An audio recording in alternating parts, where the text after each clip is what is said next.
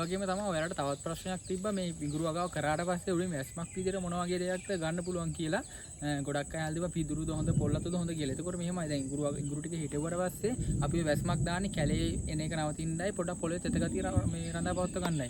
එතකොට දැන් මේ වෙලාවේ මේ සැප්තැම්බර් වගේ මාසෙක නම් සැප්තැම්බර් ඔක්තෝබර් වගේ මාසවල නම් පිදුරු හොයාගන්නත් තමයි පොල්ලතු වගේ දෙයක් දැම්මත් තමයි නෑ. දැන් මෙවර තමයි මේ පොල්ලතු දාලා තමයි තියෙන්නේ. දැන් මේ පොල්ලතු දැම්මම පොල්ලතු දිර්ලා මේ වගේ පොඩි පොඩි කෑලි තමයි ඉතුරුලා තියෙන්නේ. ඒ කියන්නේ මේ මට්ටම ආවට පස්සේ ඉතින් හොඳට පඳුරු ගහලා මේ පොළොව වැහිලා යන්න එනවනේ. ඒක ප්‍රශ්නයක් නෑ. මේ පොල්ලතුව පිදුරු වගේ දෙයක් තමයි ඉතින් පාවිච්චි කරන්න පුළුවන්. ඔය දෙකම අවුලක් නෑ. පිදුරු වගේ දාන්න තියෙනවා නම් හොඳ තට්ටුවක් වගේ දාගන්න තියෙනවා නම් ඉතින් ওই දෙකෙන් කැමති දෙයක් වලට දාගන්න පුළුවන්. තවත් ඔයාලට තිබ්බ ගොඩක් ප්‍රශ්න අහලා මට මේ වෙලාවේ ගොඩක් මතක් වෙන්නේ නෑ. මට ওই මතක ටිකට තමයි උත්තර දෙන්නේ. පෝරතාන එක ගෙනත් මම ඔයාලට කියලා තියෙනවා. ඊට අමතරව බීජ ගෙනත් කිව්වා. සාමාන්‍ය බීජ වලට ගන්නව නම් කොච්චර කාලෙද කියන හදවත තිබ්බා. බීජ වලට ගන්නව නම් සාමාන්‍ය මාස 12 පයින්කම් වගේ තියන්න. දලුවට ගලවනවා නම් මාස සාමාන්‍ය 8න් පස්සේ ගලවන්න පුළුවන්. තව ඉඟුරු වල ගොඩක් වාණිජ වශයෙන් මොකද්ද හොඳ ඒ කියන්නේ හිටවන්න කියලා අහලා තිබ්බා. ඒකට සාමාන්‍ය වාණිජ මේ වශයෙන් ඉතින් ගොඩක් හොඳ චීනි ගුරු එක තමයි ගොඩක් හොඳ. මොකද චීනි ගුරු එකේ අස්වැන්න වැඩි නේ. සාමාන්‍ය එකට කිලෝ එකක් හිටවපුවාම කිලෝ 35ක් විතර සාමාන්‍ය ගැලවෙනවා. ඒක කොහොමද වෙන්නේ කියලා ගොඩක් අය අහලා තිබ්බා.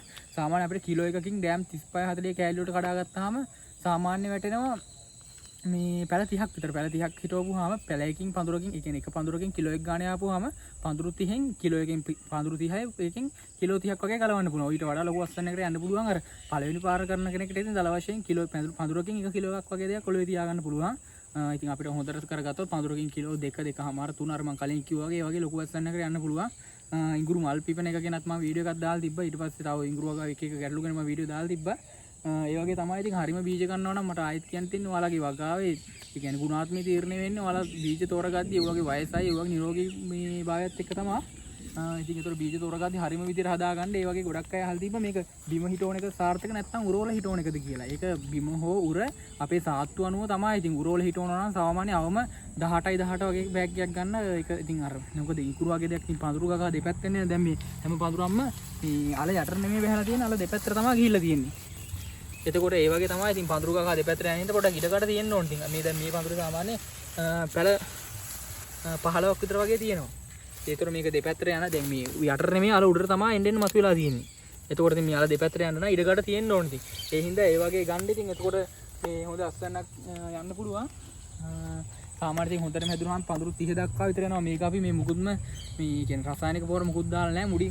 මුලින් ওই ගොම පොර ටිකක් දාලා හදාගත්ත එකක් තමයි. ලොකු රසායනික දැම්මේ නැහැ. අර අපි වැඩේ කොහොමද වෙන්නේ කියලා බලන්න මේ නිකන් ඒ කුකුල් පොර වෙනම දාලා ගොම වෙනම දාලා එහෙම තනියෙන් දාලා බලනවා කොහොමද අස්වැන්න එන්නේ කියලා. ඉතින් මේකට ලොකුවට රසායනික පොර කියලා මුකුත් දැම්මිලා නැහැ. ගොම හිටවන්න කලින් ටිකක් දැම්මා. ඒක තමයි දැම්මේ ඉතින්. ඊට පස්සේ එකපාරක් අපි පැලපොල් පොර ටිකක් දැම්මා. ඒකත් පොඩි ප්‍රමාණයක් එකම පාරේ දැම්මේ. ඉතින් සාමාන්‍යයෙන් උනාට පඳුරු මේ පඳුරු වල එහෙම පැල 30 වගේ වෙන්න ඉතින් හැදලා තියෙනවා. මේ පඳුරු පොඩ්ඩක් වෙනනම් මේ 30 විතර වගේ තියෙන ඒවත් තියෙනවා. ඒ වගේ අස්තන කරත් යන්න පුළුවන් ඉතින්. හරියට මේ වැඩේ කරගත්තොත් ඉතින් මීට වඩා හොඳ අස්තනක් ගන්න පුළුවන්. ඉතින් දැන් මේ පඳුරත් අවුලක් නැතුව සාමාන්‍ය මේක හරියට මෝරපුවාම කිලෝ 2.5ක වගේ ගන්න පුළුවන් ඉතින්. මොකද පැල මේකේ 30ක් විතර තියෙනවා.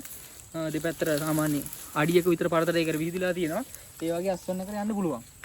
අපේ සාත්තු අනුව තමයි ඉතින් මේකේ තීරණය වෙන්නේ. ඒ වගේම තමයි ගොඩක් අය ඉඟුරු හිටවනවා කියලා හිටවනවා. හිටවුවට පස්සේ කිසිම සාත්තුවක් නැහැ. ඒක හිටවල දාලා ඔන්න ඔය නිකන් ඉන්නවා. එහෙම බෑ මේකේ පස් දැන් මේ අපේ පාත්ති වුණත් මේ දැන් වැස්ස වැඩි හින්දා මේ පාත්ති පහත් වෙලා තියෙන්නේ. මේකේ ප්ලාස්ටික් අරගෙන පාත්තිය දෙපැත්තට මේ අල උඩට මතුවෙන ඒවට දාලා වහන්න ඕනේ. එතකොට තමයි ඒ කියන්නේ කාණු වල පස් තරම් අල වහද්දි තමයි තව හොඳට අල හැදී හැදී එන්නේ පඳුරු ගගහන. ඒ වගේ නඩත්තු ඉතින් හරියට දුන්නොත් අපිට හොඳ අස්වැන්න කර යන්න පුළුවන්. ඒ වගේම තව අහලා තිබ්බ ප්‍රශ්න තමයි මට මේ වෙලාවේ මතක ටික තමයි මම ඔය කියන්නේ. පොල්ලතු ඒකත් හරි. ඊට පස්සේ රැංගුන්ද චීනද හොඳද කියලා අහලා තිබ්බ එකට උත්තරේ තමයි මෙහෙමයි. සාමාන්‍ය ඒ කියන්නේ අල වලින් පොඩි ලංකාවේ දේශීය ඉඟුරු කියන්නේ සිංහල ඉඟුරු. ඒක තමයි පොඩිම එක. ඒ වගේම තමයි ඒක තමයි සැරම ඉඟුරු එක. ඔය බෙහෙත් ඉඟුරු කියන්නේත් ඒක තමයි පෙලක් පැති වල. ඒකේ අස්වැන්න අඩුයි. අස්වැන්න අඩු වුණාට ඔය අපේ බෙහෙත් වලට වගේ ඉතින් ඒකම තමයි ගොඩක් වෙලාවට ගන්න. ඊට පස්සේ රැංගුන් ඉඟුරු එක කියන්නේ චීන ඉඟුරු එක. ඒක හරියට මැද ඉඟුරු එක. ලොකුත් නෑ පොඩිත් නෑ. අර මැද මට්ටමේ තියෙන චීන ඉඟුරු කියන්නේ දැන් මේ දාලා තියෙන චීන ඉඟුරු එක.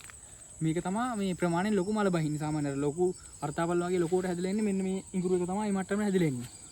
එතකොට ඉතින් චීන ඉඟුරු එක වාණිජ වශයෙන් චීන ඉඟුරු එකට ඉල්ලුමත් වැඩි. බීජ වලට දැන් අපෙන් 100 දෙනෙක් බීජ ඇහුවොත් 100 දෙනාගෙන් 90ක් මහන්නේ ලොකු ඉඟුරු එක තියෙනවද කියලා. මොකද ඒ අර දැන් අපිට මේ ඉඟුරු වගේ අල හිටවන දේවල් වලදී මේ වගේ අල ප්‍රමාණය කිලෝ ගණන් වැඩි වෙන තරමනේ අපිට ඉතින් එන ලාභය හොස් ඒ කියන්නේ වැඩි වෙන්නේ.